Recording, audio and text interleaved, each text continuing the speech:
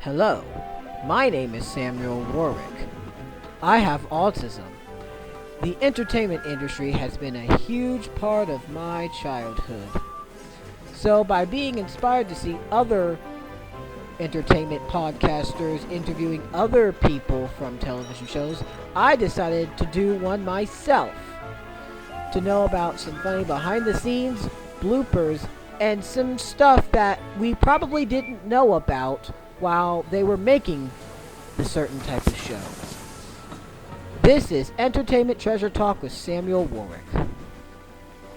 Let's go to the podcast now. Well, hello there, everybody.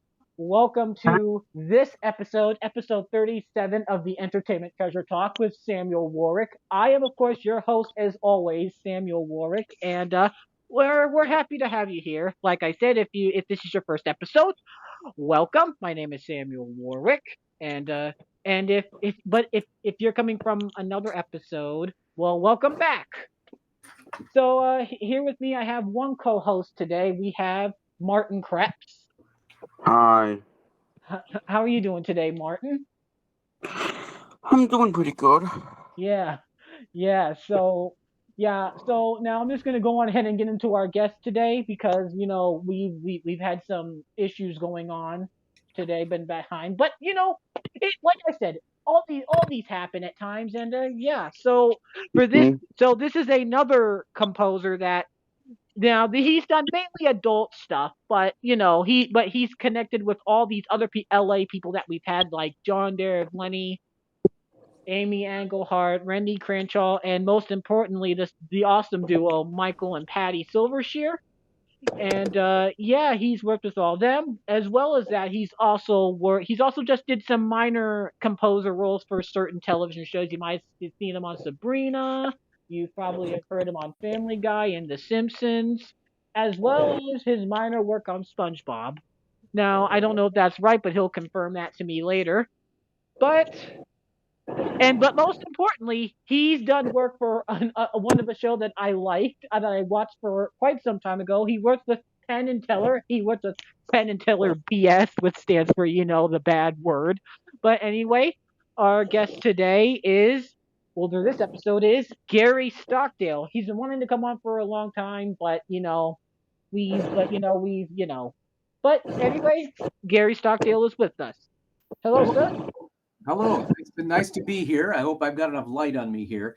I was a little late getting into the show, but I appreciate your patience, Samuel. Samuel comes and hears our show most every week, and my wife Danelle and I have been doing this show since the beginning of the pandemic. It's a streaming show on Facebook, Wow. Twitch, and YouTube. Wow.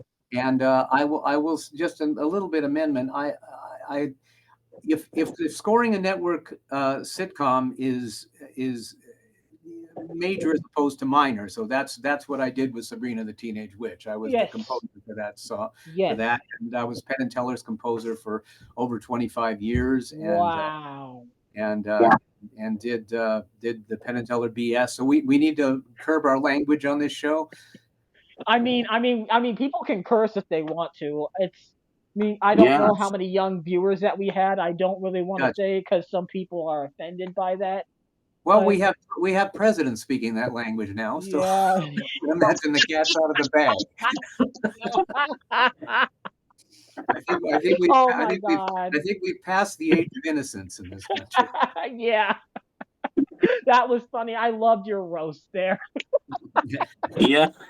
But anyway, why don't you talk a little bit about yourself and what you do? But before we get into that, so as we know, I'm not going to take this moment of silence because we got to get in. But I do have something. We need. What we're doing is we're honoring people that have passed away over in the entertainment industry. So I want to know what are some people from the entertainment industry that have you watched on every TV show that have honored you, been in you guys' hearts that you watched on television or movies or whatever? Because this year has been very tragic with deaths, and so I would like to know what were some of you got all of you guys' you know ex- people that you had in this industry, but just comment them down below, and maybe we'll read them here on the Entertainment Treasure Talk. So anyway, Gary, why don't you talk a little bit about yourself and what you do or what you have done, and yeah, we'll just. Well, I started off as being a musician, playing piano as a child, and then I'm old enough to have been around when the Beatles came out. And so when the Beatles came out, I started playing guitar, did rock bands in high school. What I wanted to be was an actor and a director, so I went to college for that. But then they found out I could play the piano, so I wound up writing music for shows and writing musicals and things like that. So I realized that music was going to be what I would devote my career to, and so I started, writing music for local television stations all over the country, from this one company, and also started working as a professional singer. So I sang on a ton of movies. More recently, Star Wars Rogue One, and Star Trek Beyond. But before then, things like one of the Matrix movies. I sang on some of Henry Mancini's music because I used to live with Henry Mancini's daughter Felice, and so he became kind of a mentor for me. So I sang on 10 and SOB and Victor Victoria and stuff like that. So my career has been writing music for television. I did, as you mentioned, Sabrina the Teenage Witch, and I did some special music for SpongeBob and for Yeah. um, the Penn and Teller's Sin City Spectacular, which was a variety show we did in Oh, 1998, 99, oh yeah. and then for their Penn and Teller BS. But I also started working for them as a composer in 1990 when they did their NBC special "Don't Try This at Home." So Yeah. Oh, I've been working with them for a long time, and they're really, wow. really good friends. I did music for an off-Broadway show that Teller did with a guy named Todd Robbins, who, if you don't know him, you should look it up. That's two B's in Robbins. He's an expert on the sideshow, and he's an amazing entertainer who will do things like eat light bulbs and walk on glass and Oh man. blow up a hot water bottle. So he does. Wow. Oh, and pounds nails up his nose too. So he wrote this show with Teller called Play Dead that was done in New York, and Penn and Teller have been my friends for a long time, and they're just some of the best people in showbiz. Yeah. Yeah, I bet. I find their show very funny. Like yeah, yeah. I'm trying to think. I know one of my favorites. I think was probably when they talked about saying drugs were illegal and they were screaming throughout the studio, and I was like, Yes. Well, as Penn said once, when the first time I met Penn was when we were playing music at the end of Stephen Banks's show. Stephen Banks is a great comedy person. He was the head writer on SpongeBob for some oh years. yeah, He did a great show that if you ever get a chance to see it, I know it's viewable and streamable, called the Stephen Banks's Home Entertainment Center. It's very, very funny. You like it very much. And he also it was a great friend of Penn and Teller. He's how I know Penn. But wow, Penn liked to sing songs like Lou Reed's Heroin, and so he would always say, "We don't like to do drugs, but it's fun to sing about them."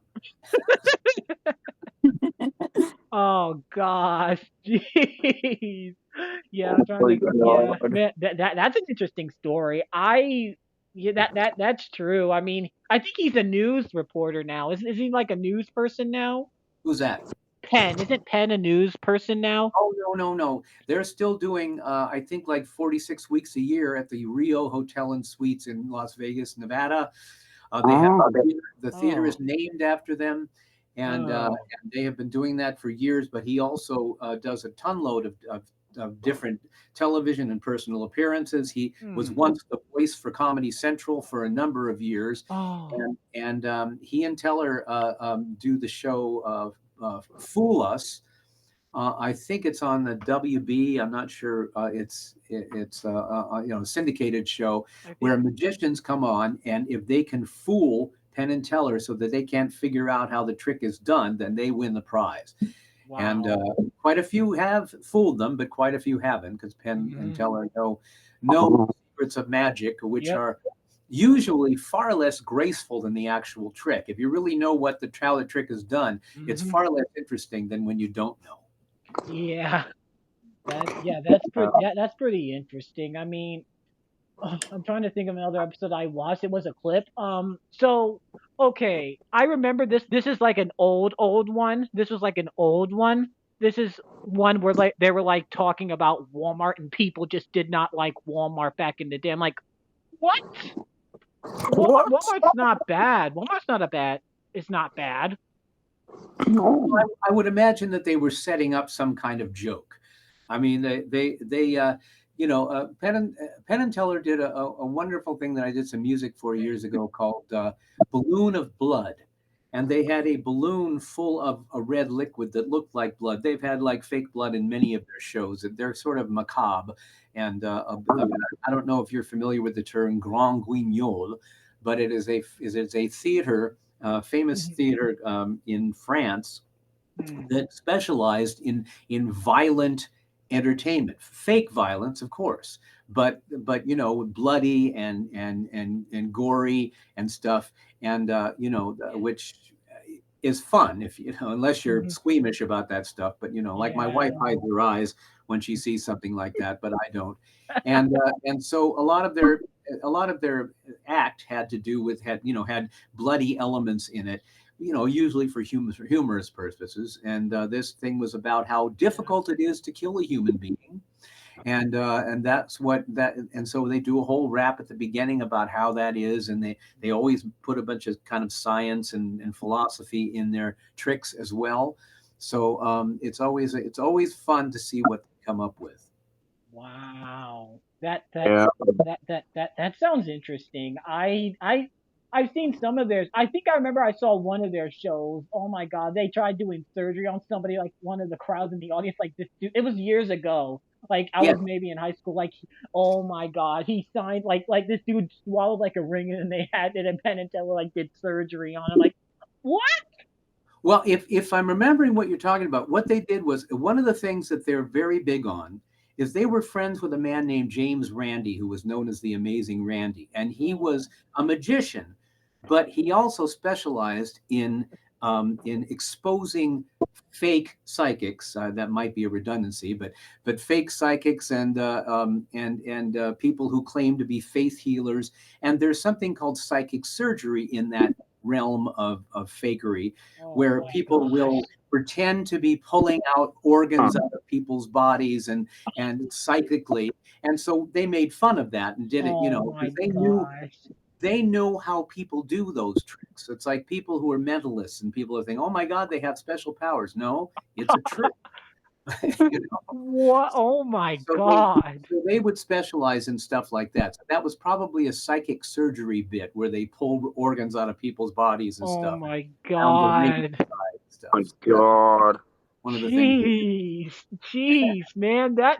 Oh my, A lot jeez. of this stuff is on YouTube. If you go through a deep dive of Penn and Teller, they have one of their big tricks that they did on Saturday Night Live and the Letterman Show and people like that, things like that were was they would put Teller in a gigantic tank of water, and he had to get out of this lock like Houdini, so he could get out of the thing before he ran out of breath.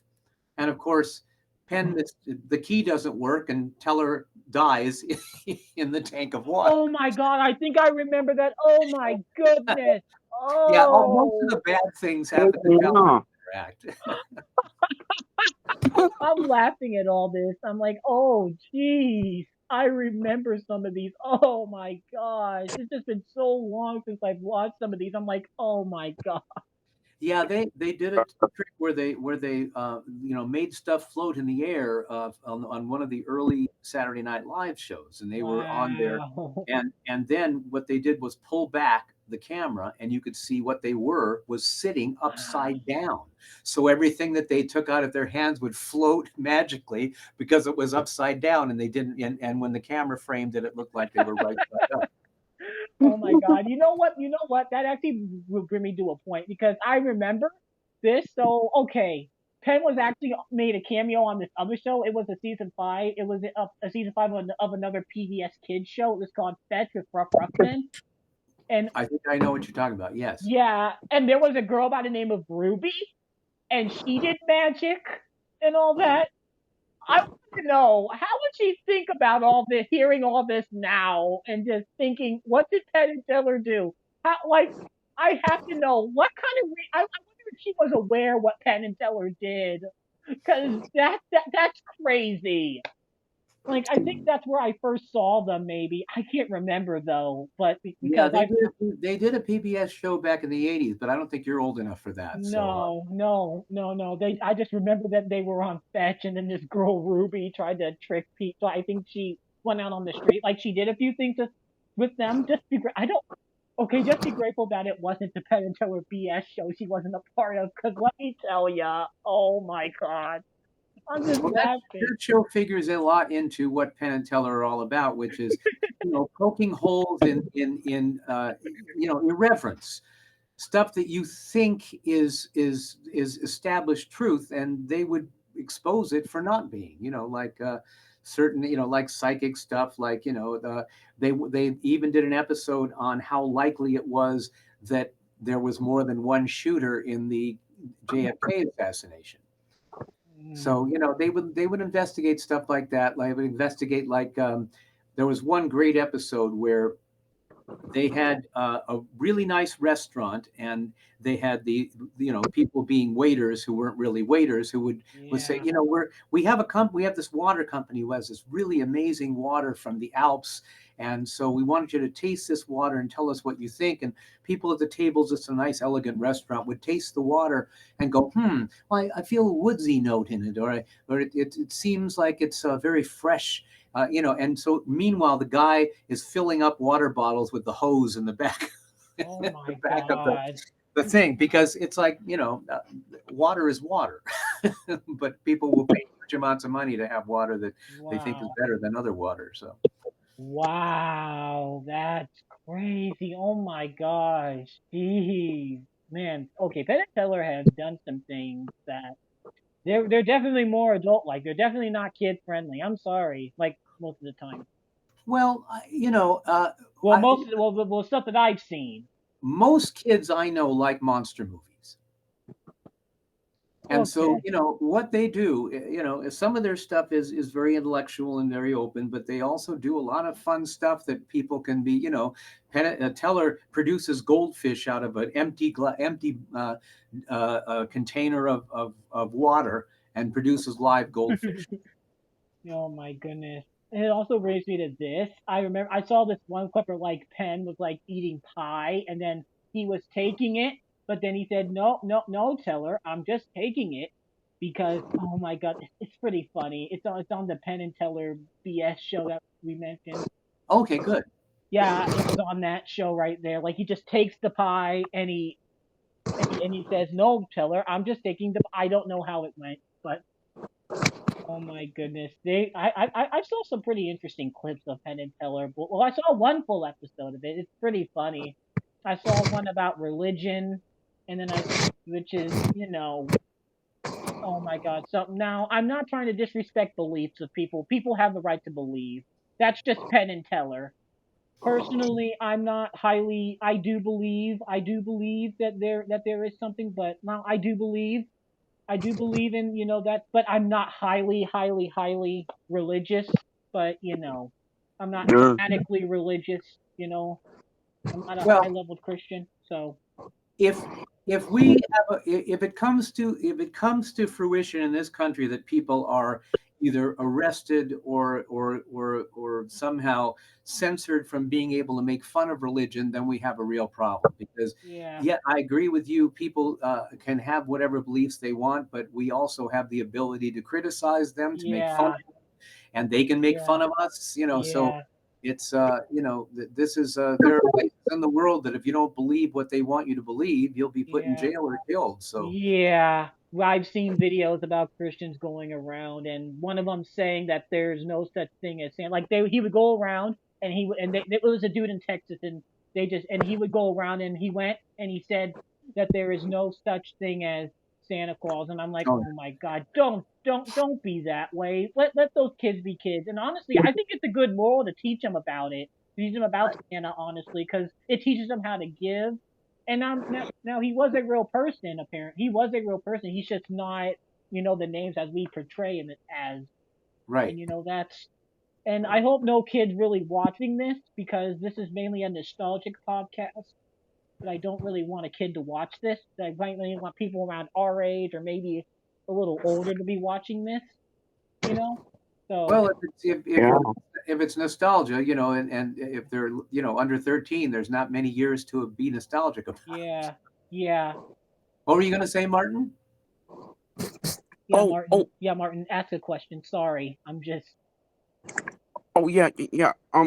So I do have a question. So, I want to talk about the SpongeBob episode Second Cup Symphony. So, Oh, how was that? Symphony. Yeah, Suction Cup Symphony. That's what he wants to talk about. Thank you. So I don't remember what number that, but you knew the number of the show, of the SpongeBob show? I'm not a big SpongeBob fanatic, but I think that was a 2008 episode of SpongeBob. I think. Very possible. I, My friend Stephen Banks worked at SpongeBob, and I wasn't the main composer, but they would come to me whenever they wanted something weird or different. One of the things that they wanted in this case was that Squidward was entering a contest as a composer to compose a Yeah. symphony for the orchestra that plays in a big shell, like Hollywood Bowl is an actual shell, and Yes. and so he is trying to write this thing. He's got a deadline. He's up all night trying to write it. Yep. Meanwhile, SpongeBob and Patrick are outside doing any number of crazy things that involve sound effects, and he's like gives this he hits Patrick on the head, and like things up, and all kinds of crazy stuff. He gives him an X-ray, so bzzz, yeah. and so Squidward unconsciously puts all that into his symphony. So I Yeah. had to write a piece of music that was convincingly a symphony, but that also had all kinds of crazy sound effects happening at the same time. And then when they actually performed the piece with the orchestra at the end, they blow up Patrick. He's full of air and he flies all Yes. over the place, Yes. letting out air as the thing ends. So it was a pretty funny episode. There was Yeah. Yes, it was. there's I another. actually. I'm Yeah. sorry. Go ahead. I actually remember watching that episode back in the day. Actually, I'm not really into it now. I think I may have watched it 4 years after it aired because I That's remember awesome. watching. So that's yeah. Because honestly, I wasn't really allowed to watch SpongeBob when I was very little. Ah, Hmm. So because my mom didn't like it, I mean she passed now. So yeah, I'm but sorry to hear that. yeah, she passed like 7 years ago. Actually, Oh, that's 7. Yeah, so yeah, I was never really allowed to watch SpongeBob till I was much, much older. And gotcha. so yeah, I she was still alive when I watched it a bit, but Well, so there was the other episodes that I did for SpongeBob. I did one where SpongeBob is lost his friendship with Patrick because I guess Squidward or some other villain was trying to trying to ruin their friendship. And so SpongeBob dresses up as an opera singer like Brunhilde in one of the Wagner operas and sings this aria that I had a really wonderful opera singer named Teresa Parente sang the vocal on it. And it's about how he wants to get Patrick's friendship back. It was, uh, Yes.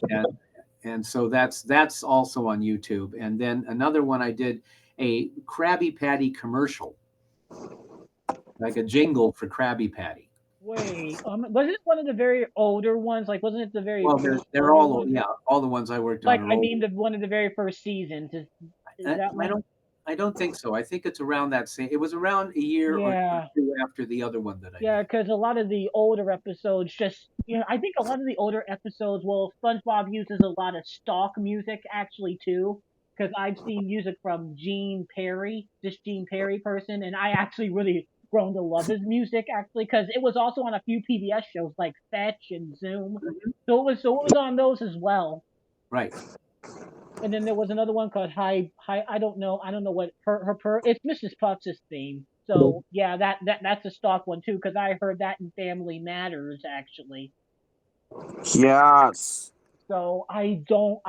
So yeah, it's just hard for me to really know because SpongeBob. I think SpongeBob is just composed by just composers, just like they just Well, you know. there are people who did the main title theme. I Yes. mean, I sang on the SpongeBob movie. I sang on the theme for the SpongeBob movie, Oh yeah.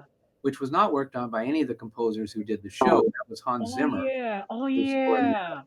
But Yeah. yeah, and there's you're talking about library music. A lot of Mhm. composers compose music that's used in many different shows. I've done that myself. There's a Mhm. lot of pieces that have been on different shows because you Mhm. license them. You write the music, a company markets them, and then they can use them on their show without having to pay extra royalties. And you get, composers get back end payments through something called BMI or ASCAP, which um, which takes a record of what's played on what network. If it's on a network, it pays more than if it's on cable, etc.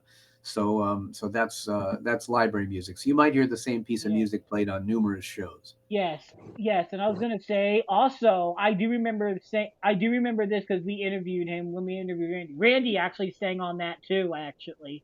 Yes, Like he was with me on that, right? yeah, so y'all were in the studio together with Oh that. yeah, Wow.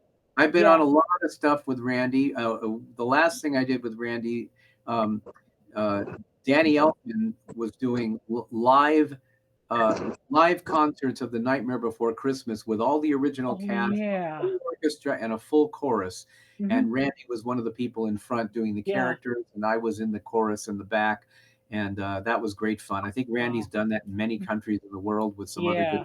stars, Angie Duray and uh, Greg Greg Proops was doing that. Oh my Plus, gosh, I know him. He's Bob the Builder. I know him.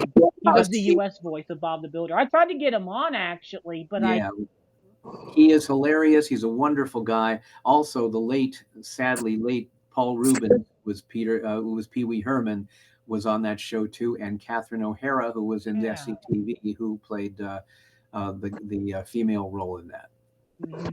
But yeah, Yeah. rest in peace to Paul Rubens. He was I was not a big fan of Pee Wee. I kind of thought it was a little weird. I love You know, weird. but you know, like I don't know the guy. I don't know my parents didn't like him because he sounded like a very creepy guy.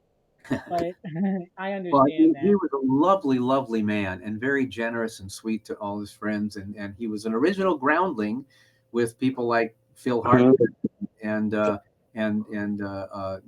many of the comedy Yeah. people that you see on Saturday Night Live and also. Yeah. Yeah, of course. And I'm trying, oh my God, I forgot the other question. So, yeah, Greg, I just know Greg because he was the voice of Bob the Builder for the US audiences. That's There how you I go. know him. Yeah, he took Excellent. over William Dreyfus for the US of Bob. Now there was a guy named Neil Morsey who did it up there in the UK dub for many years. Oh wow. Yeah, he did it there for he voiced Bob the Builder for many years, for like 20 years there. So he did it Yeah. through probably its whole time until I think recently. So yeah, I don't know if are you still in contact with Greg because we'd like to get Greg on. I don't know if you are or not. I am not friends with him in terms of being able to call him and say, "Hey, Greg, how are you?" I see him on gigs where we're on together, but he's always so generous and lovely. And so, if I wind up seeing him, I'll pass the information on. Yeah, I did email him at one point. I emailed him like a couple of years ago asking if he joined, and Right. I didn't get anything back. But Yeah, well, you never know. Sometimes people get so busy. I mean, stuff falls by the wayside. I was late today, so that I okay, have no. yeah, that's I true. can't be to give you Yeah, I can't look askance at anyone else. yeah, yeah. I was about to say, do you got any more questions for him, Martin? Do you have any questions? Oh, actually, yes. Yeah. So, so, so, I want to talk a little bit more about Penn and Teller, and I gotta ask, Gary, Do you have like any like funny Penn and Teller moments that you like? Oh God, there's 1,000 of them. But let me think. We we were doing a show called Penn and Teller's Sin City Spectacular. It was a live variety show we did in 98, 99, an hour variety show that was shot in a theater in Las Vegas. And if you're familiar with the old variety show format, which you guys are younger, so you probably wouldn't, but there was like the Ed Sullivan Show, there was the Red Yeah. Show, which basically there was a host, and then they would bring on different acts, would do different things. Sometimes it was circus acts, sometimes it was people who sang on Broadway, sometimes it was comedians. The Beatles first appeared on the Ed Sullivan Show in 1963. Yes. And that was, and in those days there were three networks, so people, everybody watched that. We don't have that monoculture anymore. Everything is Yeah. niche these days. But um, in this live variety show, we had one act that was this guy who had a dog, and the dog had a fake mouth that the dog was trained to keep its real mouth closed, and it had hair over it, so it had a fake mouth that the guy would operate with the leash, so that, and then he would be a ventriloquist until, and the dog would talk, but it would look like the dog was talking, not the guy, right? Yes. So whenever they do a TV show like this, they have little segments that they shoot just before they go to commercial, where someone from the cast talks about, we'll come right back, we'll be right back in 2 minutes and stuff like that, and they would say that. So they wanted the dog to do it. So the director tells the guy, okay, put the dog on this platform and have him talk. So the dog is talking, delivering the lines. After this message, Penn and Teller will be back, and the director goes, get the tight. I don't want to see the guy. I don't want to see the guy. So they tighten up the camera so they can't see the guy. But it's still not enough for the director. It says, get the guy out of there. He said, and so the assistant director on stage had to say, Bruce, if the guy goes away, the dog doesn't talk. Mm. Wow. Well, And well, then we know. that show was really amazing. I mean, we had some amazing guests on there. Yeah. We did a whole number with Weird Al Yankovic. I could actually, Yes. Yeah. Yes. I love Weird Al. Oh my goodness. right. That's So crazy. so we did quite a few. We got to do original opening numbers with dancers and chorus, and the numbers are kind of long, 3-4 minutes. I don't know if you want me to play one of them, but I could if you want to see one. Maybe a little bit, going towards rap when we wrap up. Okay, Maybe great, we can play a few things. fabulous. So Anything you want? we'll so okay, I'm trying to think what else. So I actually want to get into these before we get it. I want to get into something a little bit. Now this is something that you were now there were some shows here I want to talk about because you have connections with all of these composers. So there are some shows that you were either thought of or you tested for, and and it just didn't go well for you. And I know one of them because we had John Derevlenny on. He confirmed that you were actually a thought to do Jim Henson's Animal Jam. Now I'm sure you know what it is because I mentioned about it because Michael and Patty composed for it. So Right. I'm not sure. I'm not sure the whole backstory about that. I'm not sure if he came to you and said something about it, or. So, would you like to talk a little bit about that, maybe, or if you know anything about it? Well, I have to tell the truth. The thing about showbiz is that you work and you don't work, and then you Yes. work, and then you don't work, and then you Hmm. don't work, and then you Hmm. don't work, and you work. Yes. So it's like there are so many things that I was up for. So many demo. You do a demo because you want to do it. Give an example. This is what I would do on this show, and then the job to scoring goes to the guy who's the son-in-law of the executive producer or something like Yeah. that. Yeah. So there's a lot of reasons you don't get. So I honestly don't remember Yeah. uh, what happened with that show, whether I was up for it or not. But I'm sure John is right. That's usually the way I would get gigs, is that I would know somebody who was working on the show and they would recommend me for it. I would put in a piece of music and then they would hire me or not. I did some great shows and I did some crappy shows. And some of the greatest things that I did wound up not, not Yeah. they wound up not going because the pilot didn't get accepted. Like Yeah. the network said, well, we're not going to take this show, and it had nothing to do with me. But yeah, I mean, if I had a dollar for everything that I didn't get hired for, I'd be much richer than I am. But Yeah. I did get to do some pretty big projects and network series and stuff like Hmm. that. So, and there's still checks coming in the mail for all of that, which is nice. Yeah, I mean, I was just, kind of because, I just wanted to mention that because John did say something about that and I am also a massive fan of Animal Jam, and I'm a massive fan of Michael and Patty's work on that show. They worked really hard on that show. And Michael Silvershire said that was probably some of his best things that he has done. Well, they are the gold standard when it comes to children's Hmm. music for stuff. And how I became friends with Patty and Michael is I had met them a few times in composer events back before the '90s, Yeah. but my wife and I moved where we are right now in the Eagle Rock Glendale area in '94, and we are on a hill. The other side of this hill is where Patty lives. So, Oh, and she sort of is the mayor wow. of her neighborhood. I mean, everybody knows her, and she always Wow. has her house decorated for every holiday perfectly. So we became really good friends. She's been just an amazingly supportive and beautiful person. And Michael, of course, when we go up to Oregon, we always stop by and have dinner with Michael because he moved up there some years ago. Hmm. So they're the absolute greatest.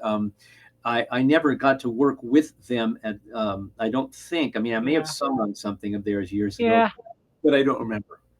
Yeah, I was just that's how I really found Michael and Patty because I really loved for a long time I've been doing this Lost Media Animal Jam, which was apparently Lost Media for a long time, and I'm like, I didn't know I had no idea that this show was actually something that people watched. And I told Oh, that to John that Animal Jam was something that people watched. I just thought it was just a show that was out there, but people just didn't talk about. I was wrong, and oh, so wow. that's why that's why I that's why how I came across the Silver Shears was I loved the music, I loved the kids that they got, and the amount of kids they got on that show. The fact that they got most of those kids from Florida on that show is something that's incredible. I mean, Well, Mhm. Michael is just a wonderful, wonderful composer. He had a whole career doing musical theater before then, and so get I'm imagining when you had him on, you went into his history. mhm, He's just an amazing fellow, and yeah. Patty herself is one of the most talented and generous people that I know.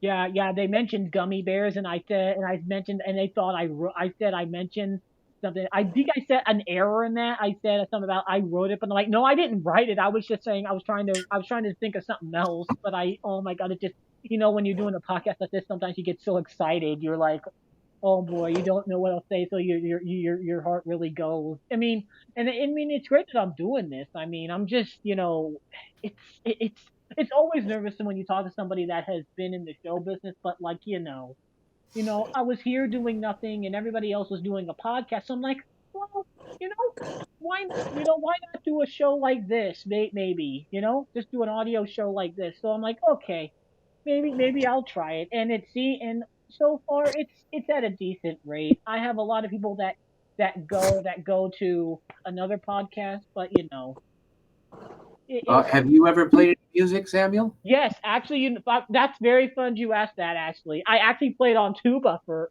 in the band when it was throughout my middle school and high school. Fantastic. And then Bye. I did do piano, but it was at like a church. But then also I also did I had a guitar too. I don't know where it is. I had an electric guitar as well. My brother plays bass though. He's a bass player. Oh, good.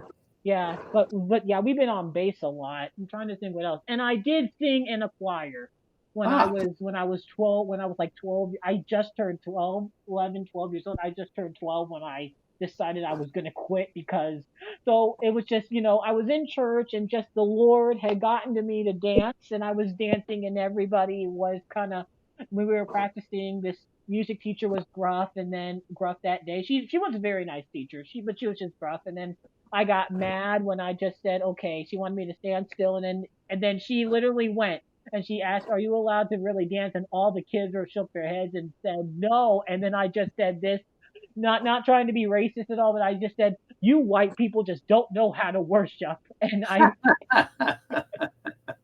I told them that at church, and then my mom said it was the truth. I cannot say that he's wrong. But That's so we did the Christmas concert, and then I just went on ahead and departed out of my way. So gotcha. that Well, was no, funny. that's the dancing is really fun. Musicians, they always say musicians don't dance because we're usually playing while other people are dancing. But Hmm. that sounds awesome. Yeah, Hmm. my younger daughter Fiona played the tuba all through middle school and high school, and she was first chair Wow. tuba. And but when she graduated high school, she gave up the tuba because she didn't really love music as much. However, my older daughter is an EDM artist, Wow. and her name is Hades, but it's spelled like this, with Okay, the Hades. upside down A. All Um, right. oh, if you get, let's see, I Hades. wonder if they can change. Can you change the? Mm. I wonder if you can do that.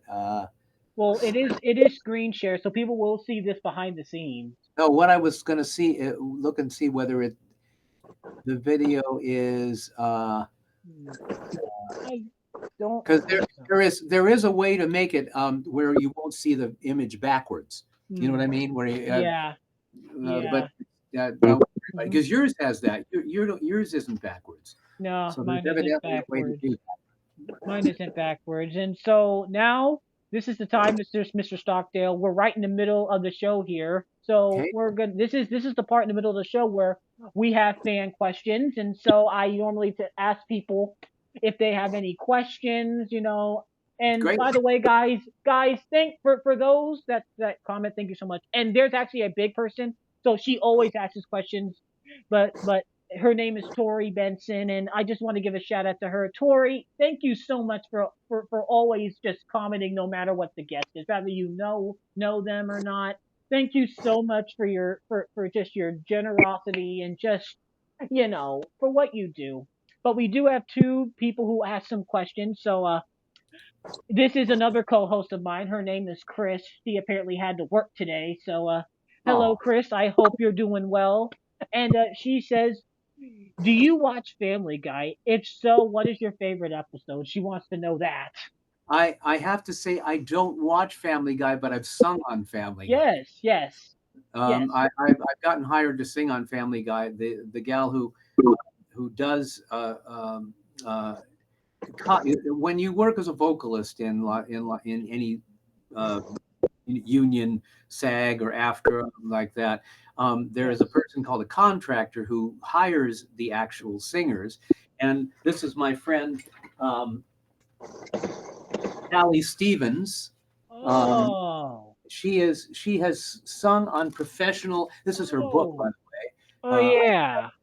Where it talks about her career, where she started in the early 60s and is still working in her 80s. And Wow. she's just a fantastic person. So she hired me to sing some stuff on Family Guy. But I, I, I don't really watch network shows anymore. I kind of watch Mm, streaming. yeah, Um, same that's here. pretty much what I watch. But Yeah. um, I actually sang on a concert with a we were a big choir and a big orchestra with Seth. Um, uh, what's Seth's last name? Seth MacFarlane. That's who Seth created the MacFarlane. show. Yeah, he was singing, and it was a big concert because he's also a singer and he loves to sing big band and American songbook stuff. So we did this concert at UCLA with him. Wow. But I don't watch the show, so I'm sorry I can't answer any Yeah, questions that's about. that's okay. That's okay. That's okay. Yeah. I mean, hey, hey, at least Kris tried, and thank you so much. At least people, Well, no, I'm glad she asked yeah, the yeah, question. yeah. For people, people. Like, it's not every day. I don't get a lot of support on here. I do. I just get a decent amount. There's other podcasts out there that get support, but Well, you're doing a great job, Sammy. Oh, thank you. I appreciate that a lot. That means a lot. And so now we come to Tori here. So my good friend Tori, hello Tori. I hope that your day is great. And she wants to know what inspired you to be a music composer. And we've already kind of sort of established that in the first place. Oh, but I'm happy to answer it. I don't know if I talked about what inspired me. I as I took piano lessons, started at 4, and as I mentioned, I when the Beatles came out, I started playing guitar, and then in college, I realized that my greatest skill was music, so I started earning money, make playing music. I mean, playing from parties to playing accompanying for people playing voice, teaching voice classes in my college. I went from there to playing what's called piano bar. I don't know if you guys know what that is because they don't Yeah, really aren't very many of them. Where you'd yeah. go in and play in a bar while people are having their drinks, and you'd play Mhm. songs and sing, and people would put a Yes, dollar in the yes, request jar yes. for you to play something. Mhm. And then I started writing songs. I'd always been writing songs for musicals and things like that, but a couple of my songs were done by artists and made it on the charts. And then I got to know Henry Mancini through her daughter, to his daughter Felice.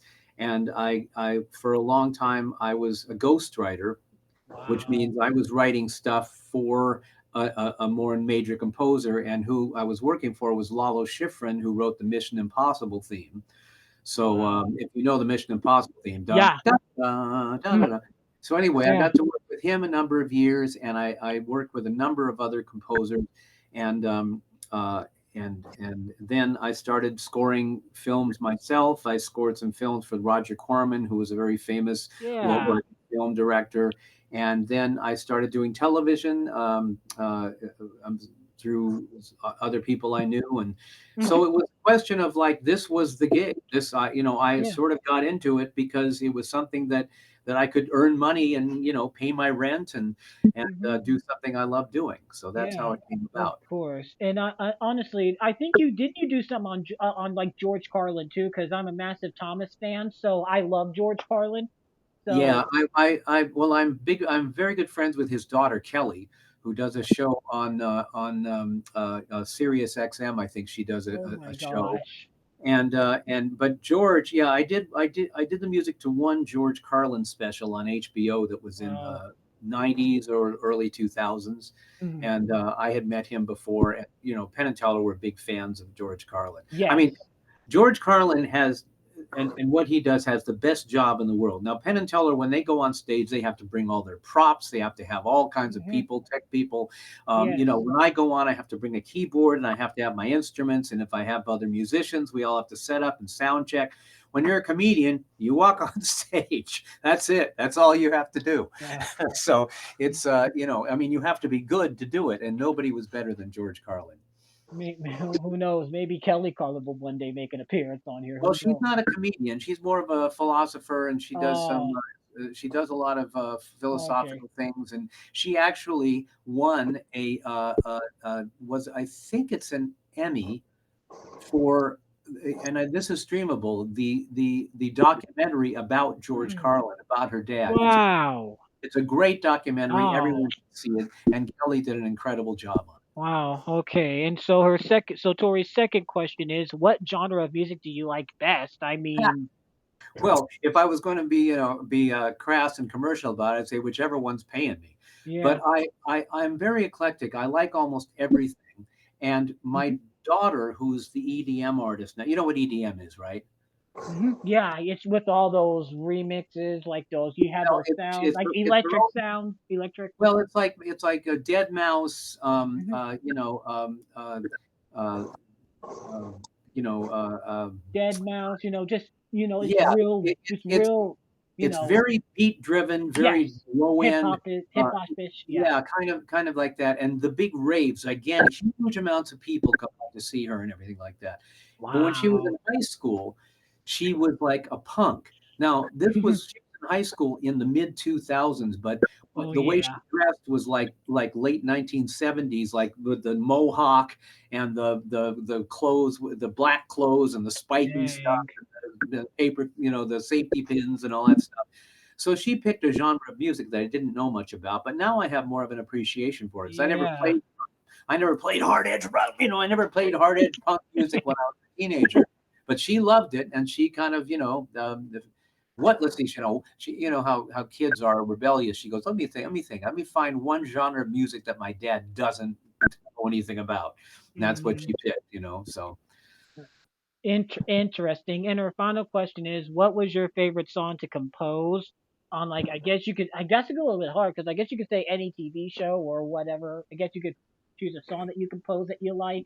Yeah, well, if I'm composing for a TV show and it's not a vocal show, I usually don't call it a song. You call it a Yeah, theme, or yeah, something like that. So having a favorite, I mean, I have a lot of favorites. I have a song that I wrote for my wife, that I have YouTube of that I could play, which about she's a yeah, pre-K teacher, and yeah. so it's a song about teachers. And Hmm. so I'm fond of that song. I wrote a song called Easier.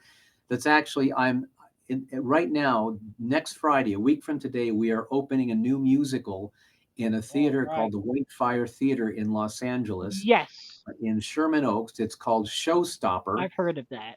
and I'll post an image from that before we're done. And we Hmm. open Friday. We play 6 Friday nights. If anyone Yeah, here listening that's in LA, we would love to have you come and see the show. yeah. I am reachable on Facebook. My email is GaryStockdale@gmail, so Hmm. anybody can email Yep, me there, and I can give them the information on yep, the show. yep. It's a Absolutely. it's a one man musical about a Wow. Broadway composer, and not myself. Mm. It's a Wow, that's great. I mean, that's incredible. The fact that you were able to do all this, that's great. That's great. And just to hear some of your history, I think one of my favorite things that you did, and this is probably the only thing that I may have heard, is just the Penn and Teller theme, and that's my favorite so far because that's probably one of the only ones I've heard. Is that but dun, dun, dun, dun, dun. I know by like the fifth season or the sixth season it changed. I think. Well, what we did was we added. It was a kind of a small combo for the first couple of seasons, and then they wanted to do it as a big band, so we brought in more horns and trombones and everything, Hmm. and we did a Yeah. big chord ending like the end of Wow. Peter Gunn. Wow. Yeah, yeah. I saw your behind the scenes of that video. It's very old. I saw your behind the scenes of that. Oh, That good. looks. Well, I'm very old too, Samuel. Nah. I mean, I mean, it says it says your site there, so I'm not gonna I'm dispute 70. I'm 72. I it. own it proudly. Yeah, 72. But that's not too old. I mean, It beats the alternative.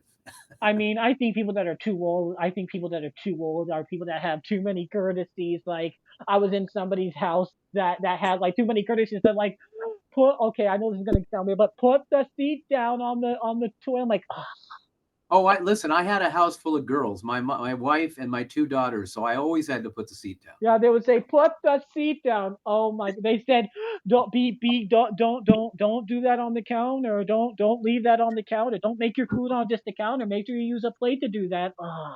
Well, that sounds like mom. Oh, they were annoying, and then I tried one time. I did a surprise for them, and then I said, You made a mess of this sugar." And I said, "Oh my god!" I got real annoyed, and my anxiety just went up and just went up and just went up. I just so, but I What does your shirt say? Never something. What does your it's shirt? oh yeah this is from oh yeah this is it's from a church that I used to go to a Never long alone. yeah Never alone. yeah, Yeah. it was a church. So so what they did is they went to Bolivia and they went to a they worked on a church there in Bolivia, and that Beautiful. was a church I used to go to. I don't, but you know, you know, but so diving into just one more maybe before we get into this stuff here because I know we got time. I want to talk about Sabrina a bit. How did Sabrina come about? Oh, well, there's a friend of Penn's that named Nell Scovell, Wait.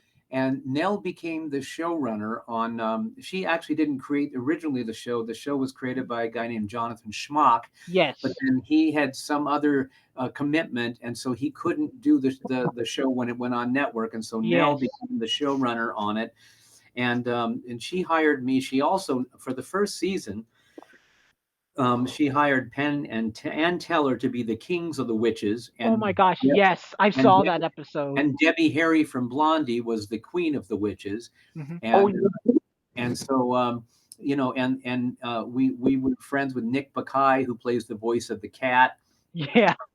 and so I was brought in to do the theme and score the episodes. Wow. Then Nell had a falling out with Mhm. the creator of the show. Well, actually, Yeah. the producer of the show, who was the mother of God, I can't even remember the gal's name who starred in Melissa, Melissa, Melissa Jean, Melissa Joan Hart. Joan Hart, right? So the mother, Paula Hart, kind of. It's not so much she fired Nell, but she just made it impossible for Nell to continue there. So Nell went off the show, and then a lot of people who went in with Nell were off. So my theme lasted a couple of years, Yeah, but I was taken off the show when Penn and Teller and Nell and all those people were taken off the show. That's showbiz. That's the way network television. yeah. I Somebody, remember that. I remember that theme too. She would switch like different outfits. I yeah, remember that. Oh my right, right, God, that was yeah. great. I used And to. I that was the original theme. Yeah. Yeah, yeah. I used to. I actually didn't see this till much later, but I did remember seeing it when I was very little. It was on a network called the N, and I remember seeing it on there a little bit. And then the N had some. It had some interesting shows, but like the N, if you don't know, the N was something that was what that was a teenage version of Noggin. Oh, okay. So not you know that kid show whenever that kid channel Noggin that was it was done in New York. You probably it was a preschool block. Well, when I learned about kids shows was when my kids were young, and that was in the '90s. Okay. So Yeah. by the mid 2000s, they were in middle school and high school. Yeah. That's okay. I mean, But but it was originally on ABC, yes, and it was. uh, and the show was was a sitcom at like 8 p.m. So it was on a really good time slot, Yes. and it did really well. Yeah, it did. Yeah, it must have. I mean, were you friends with Melissa Joan Hart at all or no? Not really friends. It's she sort of I mean, there are a lot of stars I've worked with who were Mhm. who I got to know really well. I didn't get to know Melissa Joan Hart very That's well. okay. That's okay. I mean, I'm just saying because I used to because I actually watch her on Clarissa Explains It All as well. I Oh, remember right, that. right. That's what she was on, right. Well, Yeah. when you're a composer on a show, it's sometimes you get to know the cast and you're in but Mhm. usually you're in your own studio doing the actual Yeah. work, and then you just send it in and they put it Yeah. on. So, Yeah, that's yeah, yeah. So, what I mean, did you use a screen? Like, did you use a screen to compose the music, or no? Or did you just do it? Just well, no, by that time, the way it works is you get a video, and it used to be a videotape, yes, which had time code on it. So yes, you would use that time code to sync your computer up with or your tape machines. yes. If it was That's what earlier I'm on. talking about. That's what I'm talking But about. now Like, it's all digital now. So I just have a computer that is what I record on. All my instrument, my virtual instruments are all yeah, in the computer, and so I do everything in the box yeah, and bring in live musicians when I want to, and yeah. Just sometimes I yeah, don't even bring them in. I just record them at their studio, and they send me the music that like, they did, where they are. like they just like it's like one of these things. Like they already made the score, like the piece of music, and they just slap it on there. Well, Like just yeah, I, whenever you score a television show or a mhm, movie, yeah, you sit with the director and figure out where you want music. Where is it going to start? Where is it going to end? What should yes, be the mood? yes. And then you write the music for that. Then and you have it all synced up to where the Hmm. picture is, and then you send it in. The music editor puts it in, and if there's any changes, they let you know, and you have to Yeah. change whatever it is. If you're working with an actual live orchestra like you do on some bigger movies, then you actually go into studio with a group of musicians and you conduct the score while Yeah. they play it. Yeah. And just real quick before we get into the last little bits, like we have to watch a few things. Uh so I just want to just say I know that she also worked with with another star that recently passed away, Melissa Joan Hart did, but she worked with somebody by the name of Michelle Trachtenberg who recently passed away. Of course, So yeah. yeah, she would. I don't know. Did you do any music with her with Michelle in it or no? Like I don't remember Michelle, but she may not have been on the first season. She may have been on some other I don't season. like. I think I don't know if she was on Sabrina the Teenage Witch. I know she was on Buffy though. I don't know if you did any music for Buffy. Never did. I sang on something for them once, but not. Okay, cool, cool. Yeah, but okay. Well, let's go on ahead and get the videos sent up or the audios, whatever you want to show, because I know we got time. We got still got time. And Martin, do you have any questions for Gary while he's pulling these things up? Oh, I'm actually I have so many questions for right now. Okay. And so once we get done with this, Gary, I do got like just some final sum up questions, and then Okay, we'll try to make them quick because great. yeah, we'll try to like make them quick. But there's just sum up questions. There's at least three sum up questions. All right, let's see.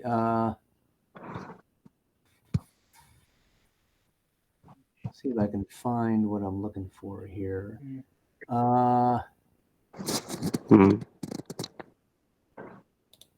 Now this will be now you will see this on my archive. You will see the recording, the behind the scenes on archive, guys. So yeah, you'll see them on archive, but only certain users will have access to these. Ah, So so yeah, only certain users will have access to the live recordings like we're doing now.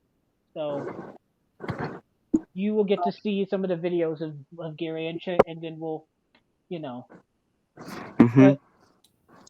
But so well, I'm gonna play you a song. okay, That All right.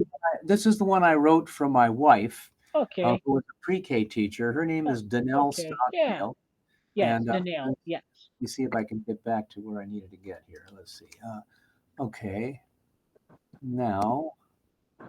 Oh, is that yeah, that's okay. I have to stop that from being that. Oh, I didn't want to do that. Let's see. What did I want to do? Oh, I see. I have to move this. And I have to go here. And no, that's not the right one. Let me see. I need to flip a bigger page here. Let's see. Will that do it? Oh, there we go. Okay. So I go with present now Hmm. and Hmm. go and let me know if this works. Yep, we see it there. There we go. Yep, there it There is. There it is. We see Now, it. will it let me start? Let's see if it will. It No, should. it's not doing it yet. Hmm. Stop sharing. Let's see. Let's Let try me again. figure out. It worked before. Yeah, it worked. It did work. So let me get this. Mm-mm.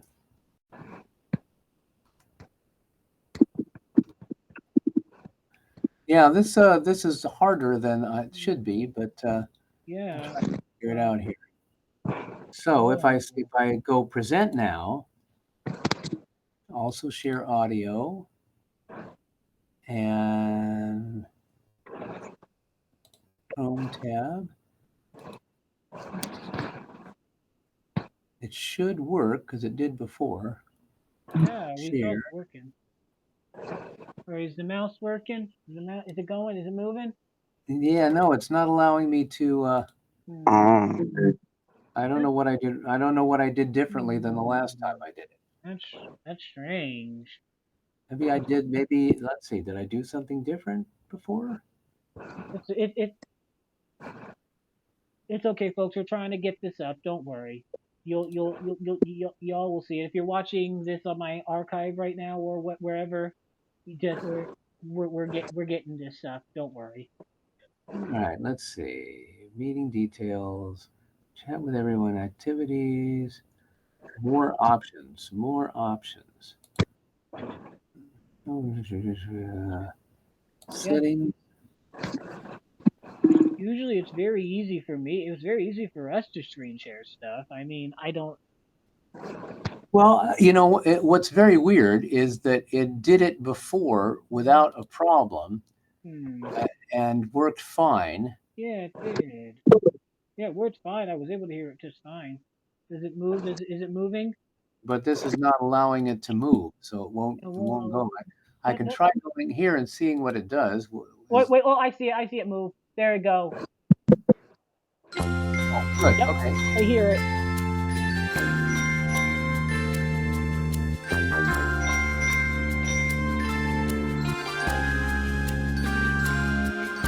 You can't bend steel like Superman. You can't fly through the air. No metal blade shoot from your hands when danger's lurking there. Unlike the Flash, you can't run 2,000 miles per hour. Yet the mightiest Avenger can't hold a candle to your power. 'Cause you save the world, but not by fighting crime. Yes, you save the world, one mind at a time. You shine a light to help a child along the road. Bring out diamonds from each little lump of coal. You give young lives a love for learning. That's a marvel to behold. You're a real life superhero.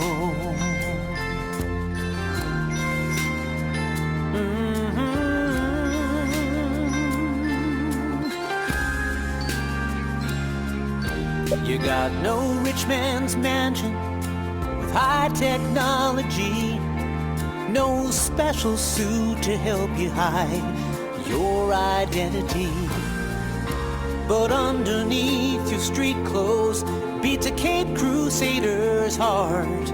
You make a brighter future by making people smart. You save the world every single day. Yes, you save the world, pushing ignorance away. You shine a light to help a child along the road. Bring out diamonds from each little lump of coal. You give young lives a love for learning. That's a marvel to behold. You're a real life superhero.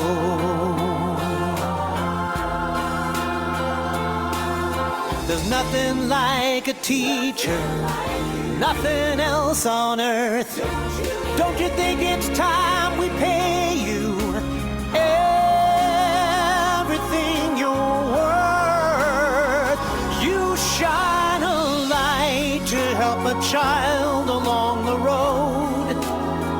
Bring out diamonds from each little lump of coal. You give young lives a love for learning. That's a marvel to behold. You're a real life superhero. You shine a light to help a child along the road. Bring out diamonds from each little lump of coal. You give young lives a love for learning. That's a marvel to behold. You're a real life superhero.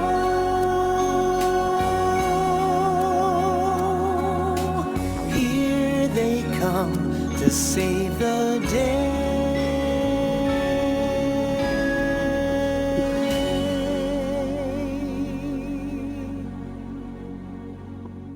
Woo!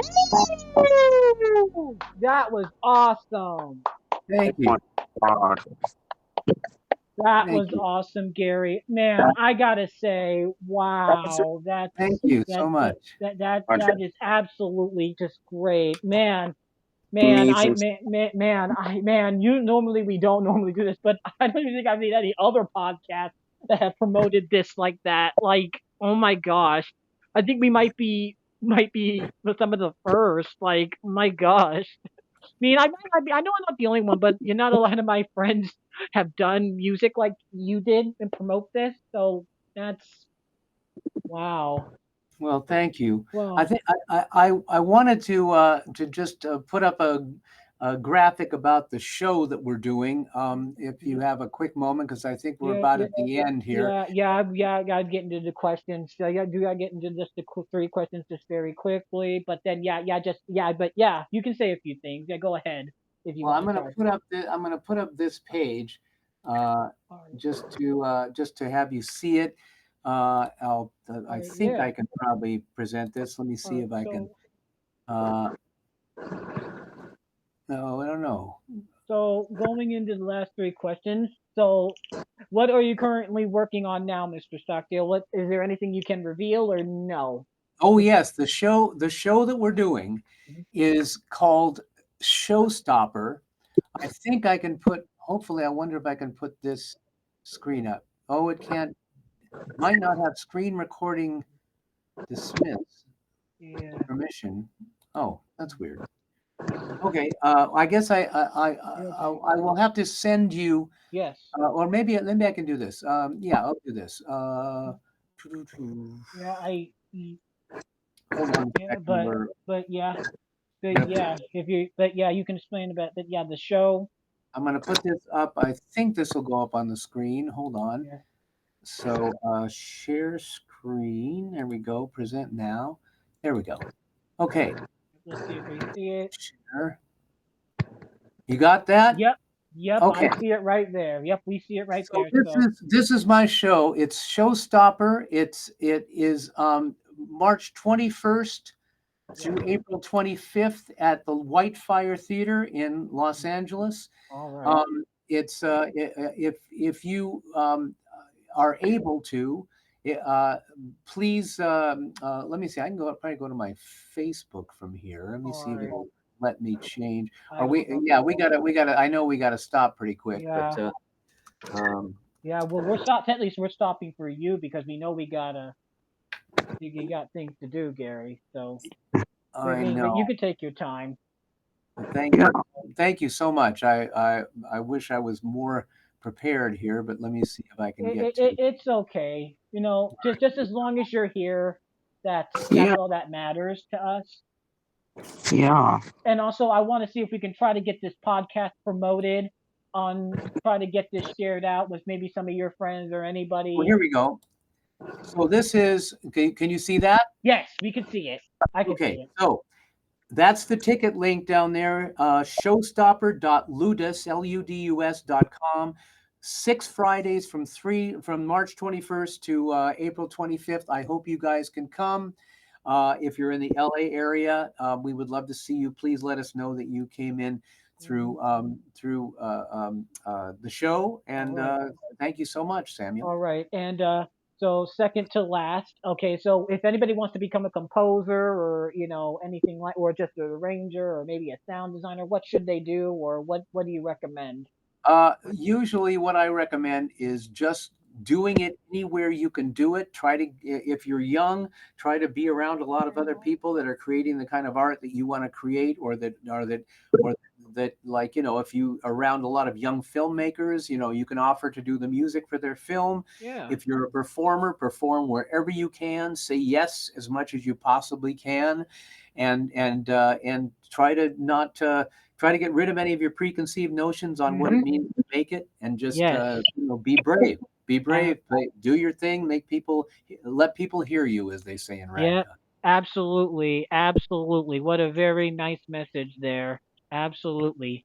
And so going into our final question, so this is the big question. I've asked this since we've had Randy on the show. Huh? I've been asking this question. So as you know, this is Entertainment Treasure Talk with me, Samuel Warwick, and since we've had many questions, since we've had many not questions but many people on this show, and we've been asking them, what is something that is entertainment treasure to you? Like, what is something from pop culture that's great, or what's something that's like it can be a movie, a TV show, a music artist, or just a particular song, or anything particular in like what is something that is pop entertainment treasure to you? Like, what's your favorite show? What's or video game, but you're too old to remember video games. So No, no, no. I mean, I came up with Pac-Man, so I used to like Pac-Man a lot, and was well, playing in the 80s and the okay. 90s. But I would say that in twofold.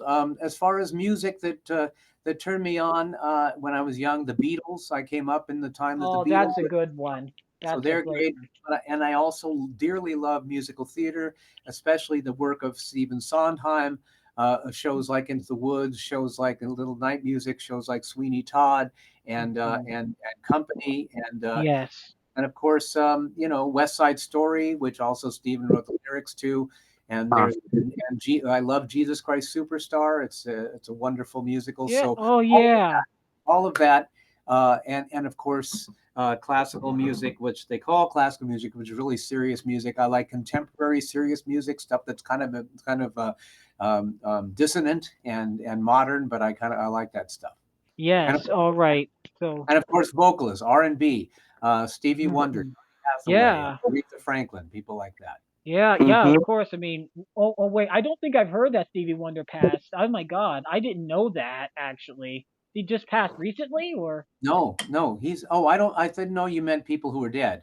no? But you said which. I No. thought you were asking which music.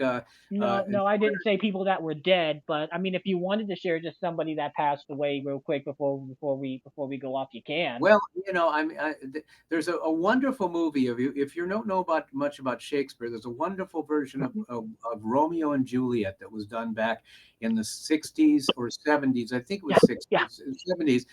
And the one who played Juliet was a gorgeous young girl named Olivia Hussey, and she died recently. And they didn't even mention her on the Academy Awards. Oh yeah, Olivia Hussey. I think I seen that Romeo and Juliet. Wasn't it the one that was British or something? No, Franco Zeffirelli, who's an Italian director, did it, and it was one of the first times that it was played with characters that were the right ages, because Okay, Romeo yeah. and Juliet were both teenagers. I mean, Yes.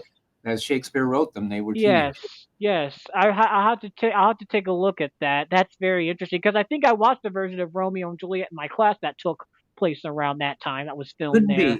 Could be. I doubt if you watch that one, because this one is done, very realistically. So it's a very lovely thing. But anyway, I'll have to talk it. Thank you so much, Samuel. Thank you so much, Gary, for being here today. I will definitely try to we need to get this podcast out. We're trying to get this podcast out the best we can, and stuff like that. And we'll get your episode out, let people know about that. I will send you this when this is done, Gary. When this gets rendered and done, I will send you the audio of it, and then I'll send you probably an archive of all the recorded episodes that I've done as well. Fantastic. So, yeah. But thank you to Martin for being here too. Yeah. Of course. Yeah. Well, thank you for being here, Gary. We appreciate that, and we hope that you have that. We hope that whatever you're working on is great, and thank you, Samuel. Stuff like that. So, but yeah, we know you got to get to your rehearsal. So yes, we will go on ahead and dismiss you, Gary, and thank you. We will do the close, and we will close out. All right. Take care. See you later, Gary. See you later.